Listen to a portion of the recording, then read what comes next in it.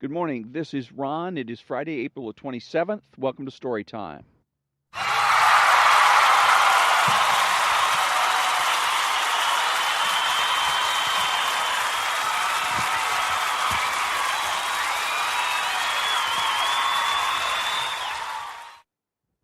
Okay, so welcome to Story Time. And one of the things that I wanted to cover this morning, at least in my opening monologue, was about one of the things I touched on yesterday was the idea of making the presumption for the status quo. And I've said on my show before that I, excuse me, am the only um, real conservative in the country, perhaps in the world, because I'm the only one that really understands what conservatism is all about. And it's all about where one stands on change, not where one stands on the issues, quote unquote.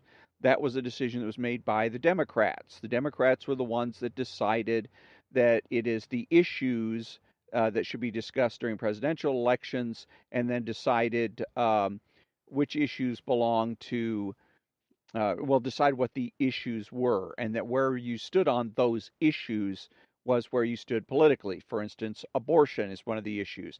The environment is another one of the issues. And all of their issues are issues that favor Democrats. So if you say about abortion, the question is then where do you stand on abortion, not where do you stand on life. With the environment, it's where do you stand on the environment versus where do you stand on property, because there really is no such thing as the environment. There's only property. But like I said, it's really all about where you stand on change. And those that make the presumption for the status quo are conservative. Those that make the presumption for change are idealistic and left, Marxist, communist, socialist. So what I wanted to do is elaborate a little bit more about what I mean by making the presumption for the status quo and why it's important to do so. And the reason it's important is because that's where every debate, every argument starts, by making the presumption for the status quo. Now, the left, who makes the presumption for change, doesn't want that. They don't like that because it's not powerful for them. They look at or at least pretend to look at the world in terms of struggles, that the day-to-day life is just nothing but a series of struggles from the time you get up in the morning until the time you go to bed at night. And to look at things, make the presumption for the status quo, puts them, they feel, in a weak position, that it's much stronger to trick your opponents into trying to prove a negative by making the presumption for change. So, for example, I live in California, and the state of California recently approved the recreational use of marijuana. I voted against it because I made the presumption for the status quo. I asked the question, why change? Why do we need recreational marijuana? Why? Same thing. I voted against medical marijuana for the same reason. Neither case, neither situation did the opponents, or the proponents, I should actually say, of these measures make the case that they were necessary. The reason that we now have, well, we had medical marijuana, and now the recreational use of the recreational use of marijuana, is because the left was successful in bullying, intimidating, and just generally tricking the right into trying to prove a negative, and thereby demoralizing the right. And after they became demoralized, they ceased to be a force in this state, and which they cease. They're really not a force in this state at all, politically, socially, or any other way. And for the reason is they haven't figured it out yet. Okay, that you cannot prove a negative, and you shouldn't even try. So in the particular case of marijuana, basically the left posed the question, why not recreational marijuana? And before that, when we approved medical marijuana, the question was, why not medical marijuana? Every new piece of legislation that comes from the left is enacted that very same way. Why not this? Why not that? Why not the other thing? Bernie Sanders does it. He says, why not free education all the way up through your bachelor's degree? Other people say, why not rent control? Things of that nature. And if you're a conservative, you have to respond to this firmly, and you must respond to it consistently, and you must not allow yourself to be intimidated. Okay? The proper way to respond is, well, what's wrong with the way things are now? What's wrong with marijuana being illegal? Okay? Why not marijuana being legalized? What's wrong with it being illegalized? What's wrong with the way things are? Make your opponents create an argument. I have no fear of being persuaded. That's fine. If somebody can, with logic, with reasoning, with evidence, with facts, persuade me that change is necessary, number one, and that their type of change, the change that they're proposing, is best, fine. Then I will support their idea. But what I'm not going to do is allow myself to be bullied and intimidated into going along, into being brainwashed or bullied into just going along with whatever it is that they want. Why not marijuana? Well, because you can't answer that question. And you drive yourself crazy trying to do so. And then eventually, again, you get demoralized and you figured, what's the use? John and Ken, they have a show on KFI. And they have every election cycle, they have their little voter's guide.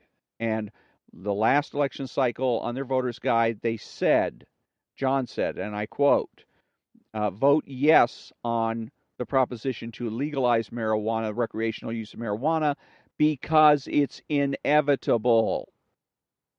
BS. It's another mistake that conservatives make, is that they think that there are certain things that are inevitable.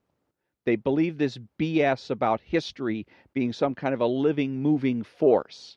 History is simply what happened yesterday, last week, 10 years ago, 1,000 years ago. That's history. History is not a force. Okay? And man-made realities are rarely, if ever, inevitable. Okay, metaphysical realities may be inevitable. It's inevitable that the sun will come up. It is inevitable that it will go down. It is inevitable that we'll have a spring, summer, winter, fall, etc. Those kinds of things may very well be inevitable. But man-made realities are not. We have free will. We can choose to have medical marijuana, recreational use of marijuana, and we can choose to keep things the way they are. As that's the broad strokes is we can choose to change, we can choose to keep things the way they are. And if we are going to change, then it should be because there is an obvious case for change, something that was lacking in the marijuana situation. Another classic case of it is well, not so much. I was going to say same-sex marriage, except same-sex marriage, what they did was got a medical study, to actually create a civil rights claim, to be able to create a civil rights claim for gays and lesbians, and thereby promote same-sex marriage. But anyways, making the presumption for the status quo, now that we have medical marijuana, I support it. I mean, it's the law of the land. It is the status quo. And I will support it until such time as that there is an obvious case for change. One of the things also I want to say with regards specifically to medical marijuana is that I speculate, and I want to make sure that I emphasize that I'm speculating that it is the legalization in California and I believe Washington and Colorado and other states that are seriously considering legalizing the recreational use of marijuana, that has encouraged people to consume and use other drugs recreationally, such as heroin and other opiates, and that's the reason we have an opioid crisis in this country. Again, I'm speculating, but I see, at least, if not a cause and effect, I see some vague correlation here that we had no opioid crisis until after medical or marijuana became recreational in several states, until that movement really started taking hold across the country.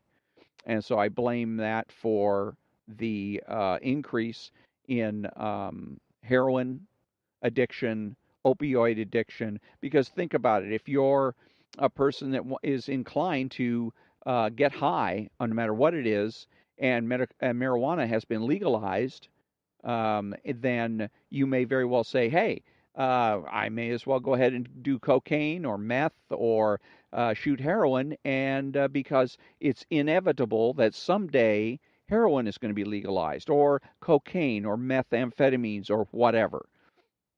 So I'm going to go ahead and use it and get early in being a part of a movement, using it, well, for your own selfish reasons, of course, to get high, but also as a part you can rationalize it further by saying you're going to be part of a soon to be soon to come political movement.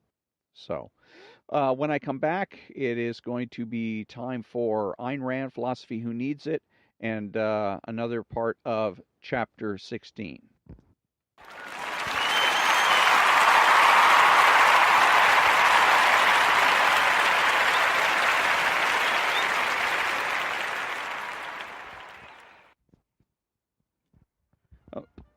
Okay, I'm back, and Chapter 16 is called The Fairness Doctrine for Education, and what Ayn Rand was doing in this, the first part I was reading yesterday, was explaining what the Fairness Doctrine was, and that it's no longer in use, but it used to be used for expressing, so that everybody can express their opinions over the airwaves. It was used primarily, if I remember correctly, in TV. And this is back in the days when TV news was nonprofit. And TV news stations would broadcast an editorial and then invite responsible members of the community to come in and provide some type of a rebuttal. And that was called the Fairness Doctrine. These stations were required to have people come in and speak their mind in rebutting various editorial statements. And so now what she's saying is that there should be a fairness doctrine for education, because we have a situation where there are higher schools of higher education, colleges and universities some are private, some are public, some a combination of the two, and that the ones that are taking public money are promoting certain types of socio-political ideas, and doing so unfairly, because they are, again, using taxpayer money to do so. So that's where we left off. So long as there were variations among university departments in the choice of their dominant prejudices, and so long as there were some distinguished survivors of an earlier, freer view of education, nonconformists had some chance.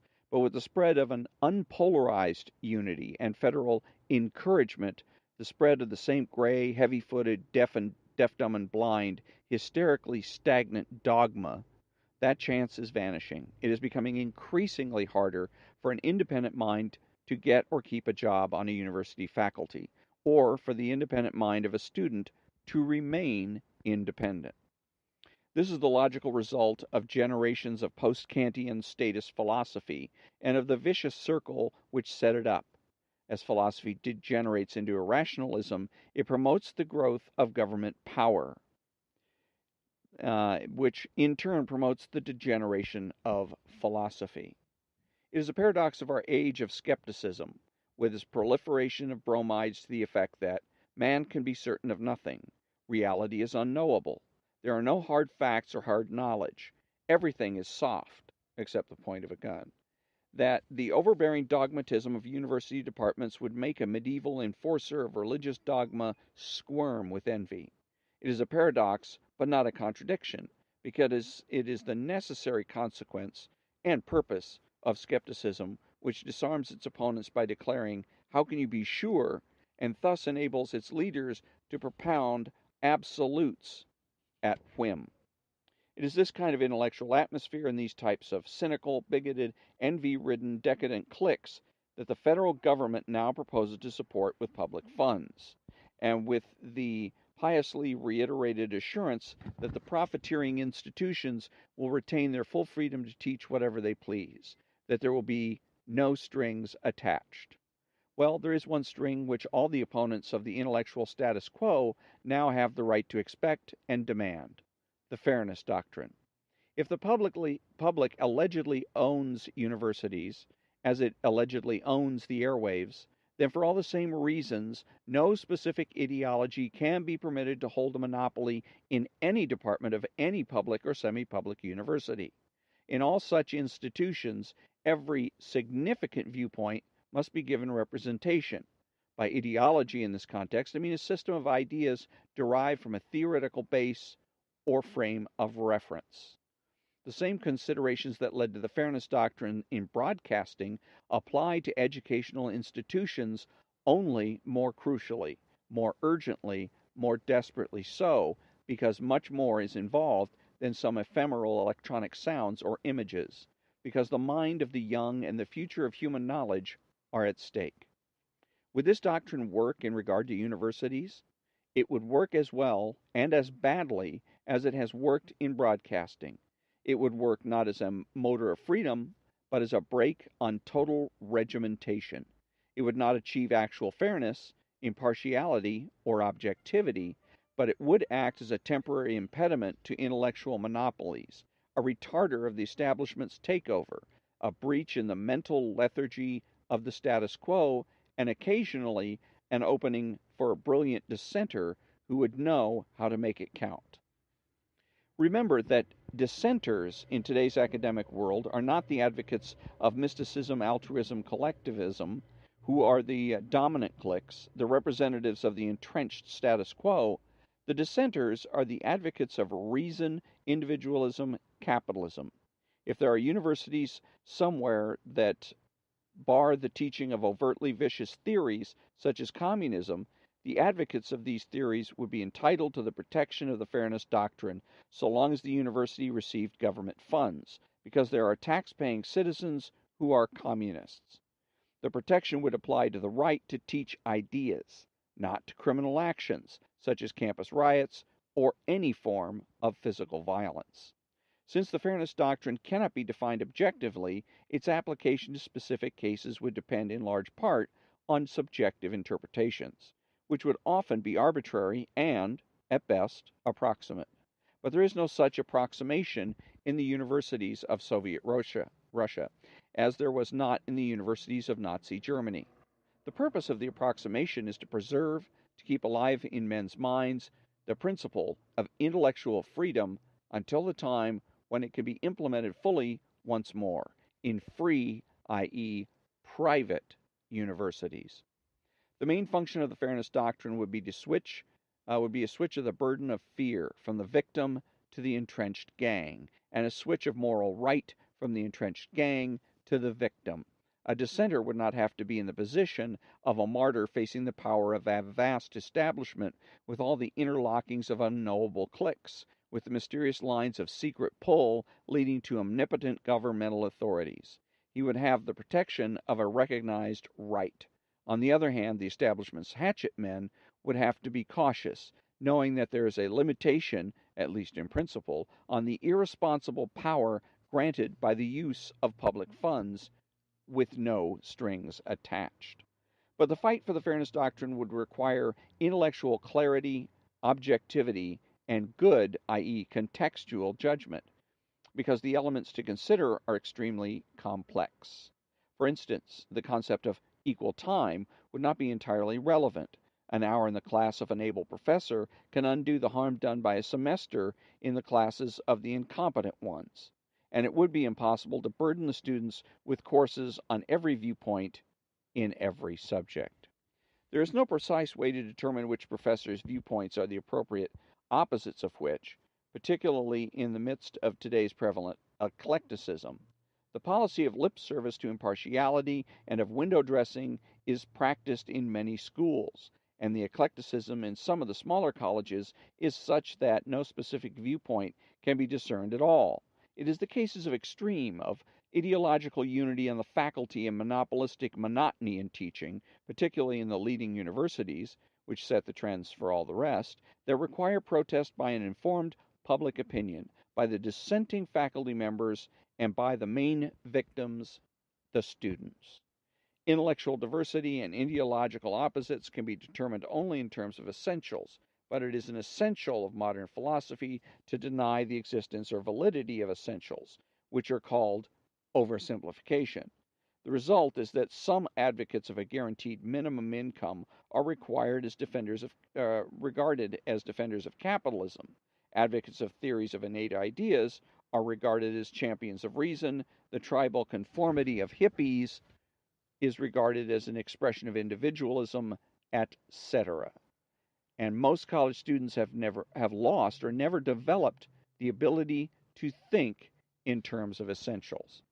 And that's the that part of chapter 16, Doctrine for Education. And the best part of this was the last paragraph. Intellectual diversity and ideological opposites can be determined only in terms of essentials, but it is an essential of modern philosophy to deny the existence or validity of essentials, which are called oversimplification. And so she gives you a little demonstration of how the left subverts reality and subverts the status quo for its own socio-political purposes. So then just a little bit more of this chapter to go, and when I come back, a little critique of Rush Limbaugh.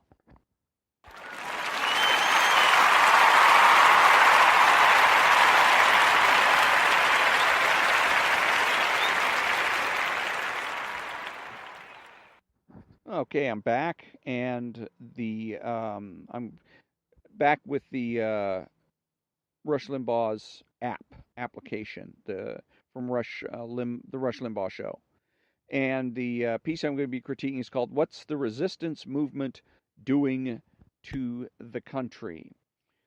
This entire resistance movement, what does it all mean? What does it really mean in terms of our country's future? And by the way, this is from April 25th. What does it mean that the Democratic Party you and I grew up with doesn't exist anymore? What does it mean that the Democrat Party has been taken over by the radical left, which is literally resisting everything, and they're refusing to acknowledge and tolerate and deal with the fact that they lose elections now and then? We're getting to the point that they will not accept losing. They will not tolerate others winning and are not going to go away until they can tear all that down. This is really serious stuff, if you ask me. It's more than just chronicling what they're doing and how they're doing it. Where is all this taking us? And again, what this really has to do with, for the Democrats, is the Democrats operate in psychology. The left, the idealistic, operate in psychological realm. They want to exercise power, and they have realized that using physical power, physical force, guns and knives. It used to be in the 60s you had radicals were physically violent. They would get involved in riots. You had 60s groups that were bomb throwers. They would literally go out and blow up police stations and whatnot. So they have decided, the left has, that there's a better way of using force than using physical violence or getting physically confrontational, and that is psychology. To use psychological tools, techniques, traps in order to unwittingly convert people, either people that are apolitical or conservatives, turn them and get them to either help promote their movements, their ideas and ideology, or to sit idly by and keep their mouths shut, stay out of the way. So that's what they're really doing here is, again, with the thing that happened with Trump is up until this point they were using a lot of psychology, particularly the news departments. The news departments would shape reality and shape administrations by using various psychological tools, tactics, techniques in asking the president questions, interviews, and just at press conferences in order to put psychological pressure on the president to respond in the way that the media, the news departments want him to. So, interesting example of this is Donald Trump. Donald Trump is, by the way, the reason that the news departments are just terrified and acting the way they are, doing whatever they can to tear him down, is because Donald Trump knows and understands psychology, psychological tools and techniques and tactics. He knows how to play that game, and that terrifies the people in the news departments. So, but one of the things that the news departments came up with is when the first time a year ago, when Donald Trump ordered a strike on Syria because the Syrian government had used nerve gas on its own people, and so Donald Trump went ahead and issued the order to put, I believe, it was 27 cruise missiles into Syria. It was an air base in Syria where the aircraft came from that allegedly put the chemical weapons to use. So he goes ahead and does that. And one of the things he talked about, President Trump did, was he asked people, "Did you see the pictures? There's pictures of dying children and blah blah blah blah."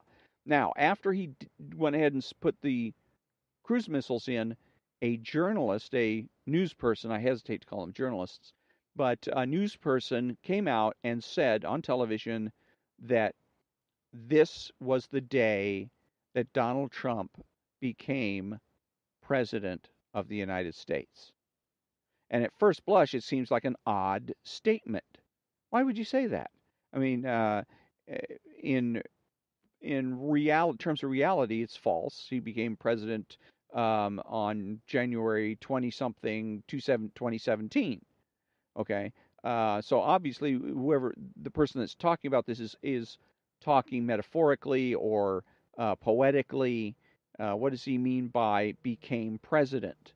And why is it this day he became president, this particular day? And I submit to you that what he meant by it was that he allowed himself to be psychologically manipulated by images taken by the news departments. So thereby he has allowed himself to be psychologically manipulated by the news departments, and therefore he becomes a legitimate president because he has demonstrated that that there's some malleability, that he can be manipulated, and if he can be manipulated, then so much the better as far as the news people are concerned for the entire country. And that's why he's all of a sudden now president on this particular day. He has become president of the United States. So, let's see. Where's all this taking us? Back to Russia's app. I had a charity golf tournament yesterday and I had a chance to speak with Gary Player for an extended period of time. He's South African, one of the greatest golfers ever, and he and Jack Nicklaus did a clinic for the participants at the tournament, which was at Jack Nicklaus's club, the Bears Club up in Jupiter. Boy, it's nice. When the let's see here. Oh, Gary Nicklaus, Jack's son, was part of the festivities. He's a great guy too.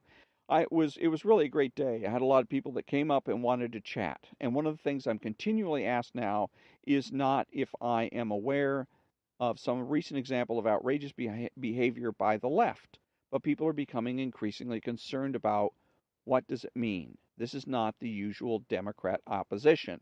when the left can get away with, like this professor at Fresno State, get away with wishing more bushes would die and she's going to end up not being punished by Fresno State, she's going to totally get away with it. People have an awareness, a sensitivity that something's amiss here, something's awry, and it isn't good. And I was talking to people about it. The way I explain this to people is the analogy that I've used about America during World War II and America today. And his analysis is, of course, wrong. What's happening here is that if to the in a large in a matter of reality, the professor's not getting away with anything because we all know what she did. Okay, she did it brazenly and openly. So we all know what she did, and she is being subjected to the disapproval and the ridicule of many people, including people that contribute money to Fresno State. So it is not like she may not get fired because of it because she's a tenured professor, but she may not be getting a raise or any bonuses anytime in the near future either. And perhaps nobody, no staff or faculty at Fresno State may end up getting a raise or a bonus because a lot of the people that make donations to the university are very unhappy with what it is that this professor said and are seriously reconsidering their desires to donate to the university. So she's really not getting away with anything. Secondly, um, as far as punishment is concerned, there are ways in which the university can be punished. She can be punished indirectly by punishing the university and by Republicans. This is again where the right aids and abets the left. And the right is frozen vis-a-vis Congress because Fresno State is a state university, and I'm sure that they have take federal money. The university gets federal aids, grants, loans. The students get federal student loans, which the Republicans could threaten. They could come out and say, look, if the professor is going to go ahead and talk like this, then why should we provide, let's say, you could even say grants. Skip the student loans and go for grants. Why should we provide any grants to your university, especially if you're going to allow this to continue, her behavior to continue unpunished?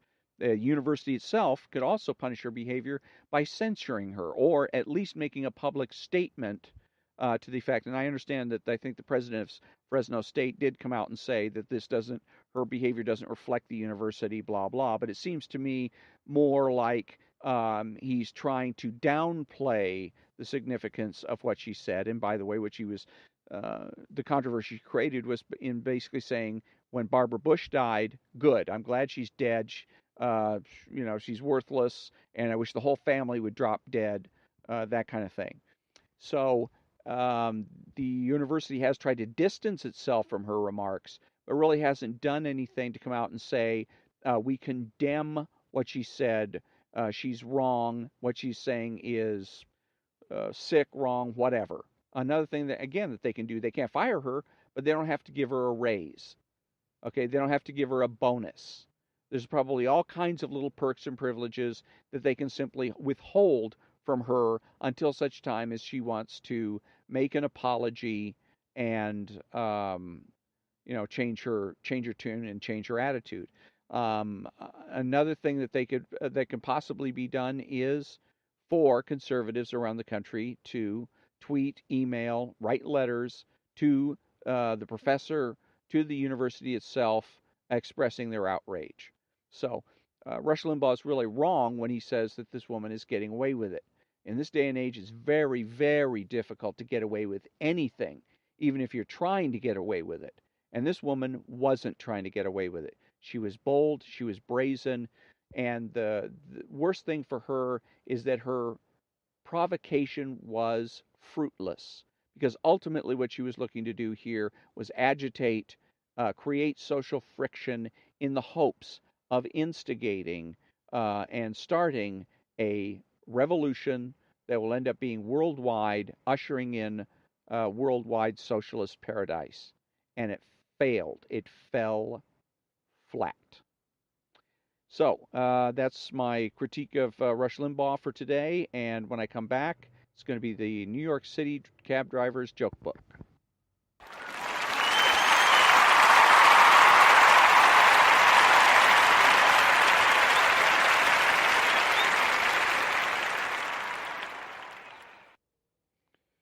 Okay.